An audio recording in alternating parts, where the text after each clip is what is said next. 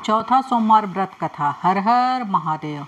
आप सबको चौथे सोमवार व्रत की ढेर सारी शुभकामनाएं। सोमवार व्रत लक्ष्मी प्राप्ति, कुल वृद्धि, सुख सम्मान देने वाला व्रत होता है। इस सोमवार पहले भोलेनाथ बाबा की पूजा करनी चाहिए, उसके बाद माता लक्ष्मी की पूजा अवश्य करें। आइए कथा जानते हैं। अमरपुर नगर में एक धनी व्यापारी रहता था। दूर दूर तक उसका व्यापार फैला हुआ था। नगर में सब लोग उसका मान सम्मान करते थे। उसके बाद भी वह व्यापारी अंदर से दुखी था, क्योंकि उसके कोई पुत्र नहीं था। दिन रात इसी चिंता में रहता था, कितना बड़ा व्यापार और धन संपत्ति को कौन संभालेगा। पुत्र पाने की इच्छा से वह व्यापारी रोज रात में शिव और पार्वती माँ के सामने घी का दीपक जलाता था। एक दिन माता पार्वती ने शिव जी से कहा कि हे प्राणनाथ, यह व्यापारी आपका सच्चा भक्त है, कितने दिनों से सोमवार का व्रत और पूजा रोज करता है। भगवान आप सबकी मनोकामना अवश्य पूरा करते हैं, तो इसकी मनोकामना अवश्य पूरा करें।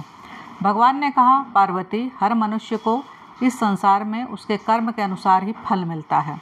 जो जैसा कर्म करते हैं उन्हें वैसा ही फल प्राप्त होता है। पर माता पार्वती नहीं मानी। उन्होंने कहा, प्राणनाथ, इस व्यापारी की इच्छा पूरी करनी पड़ेगी। यह आपका अनन्य भक्त है, यह एक समय भोजन करता है, आपको इसे पुत्र का वरदान देना ही होगा।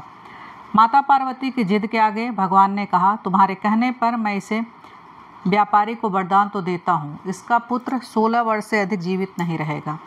भगवान ने स्वप्न में उस व्यापारी को वरदान दिया और बताया कि उसका पुत्र 16 वर्ष ही जिएगा। वह खुश तो हुआ, पर कम आयु की बात सुनकर दुखी हुआ। फिर उसको पुत्र की प्राप्ति हुई, सब खुशी मनाए। उसका नाम अमर रखा गया। जब अमर 12 वर्ष का हुआ तो उसको पढ़ने के लिए वाराणसी भेज दिया गया। अमर मामा के साथ वाराणसी चले गए। रास्ते में एक नगर पहुँचे। वहाँ नगर के राजा ने कन्या का विवाह की तैयारी में लगे हुए थे लोग।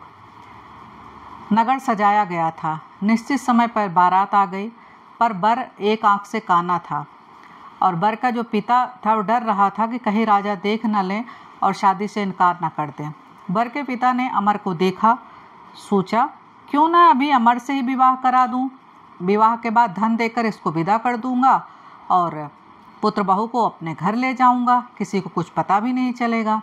उसने इस बारे में अमरदीप चंद्र मामा से बात की।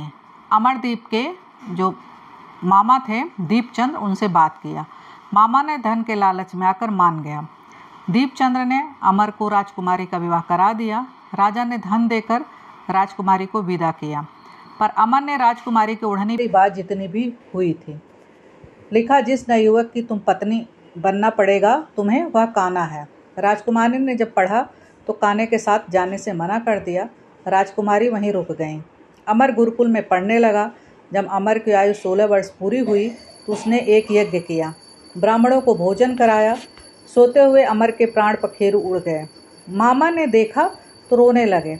लोग आ गए। मामा के रोने की आवाज़ सुनकर माता पार्वती और शिव जी गुजरते हुए सुना तो माँ पार्वती ने कहा, मुझे इसका रोना सहन नहीं हो रहा है, आप कष्ट दूर करें। शिव जी ने कहा कि मैं देख के बताता हूँ। शिव जी ने जब अमर को देखा तो बोले, हे पार्वती, यह उसी व्यापारी का पुत्र है 16 वर्ष की जिसकी आयु थी। माता ने विनती की, हे प्राणनाथ, इसे जीवित करें, इसके माता पिता जीते जी मर जाएंगे और इसके पिता तो आपके बहुत बड़े भक्त हैं। भगवान शिव ने माता की बात मानकर उसे जीवित होने का वरदान दिया और वह लड़का उठ बैठा। शिक्षा समाप्त कर घर निकला। दोनों उसी नगर में पहुँचे जहाँ उनका विवाह हुआ था। उसने वहाँ पूजा पाठ यज्ञ किया। राजा भी उस यज्ञ में आए। राजा आते ही अमर को पहचान गए, उन्हें महल ले गए। कुछ दिन रखकर सैनिकों के साथ बेटी को भी साथ में भेज दिया। नगर में पहुंचने से पहले दूत ने आगमन की सूचना अमर के पिता को दे दी।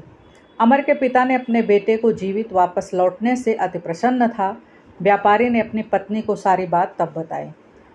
बेटे बहू को देखकर दोनों बहुत खुश हुए। तब शिव जी ने व्यापारी को स्वप्न में कहा, मैं तेरे सोमवार के व्रत से प्रसन्न होकर तेरे कथा सुनने पर मैंने तेरे पुत्र की लंबी आयु प्रदान की है। व्यापारी प्रसन्न हुआ।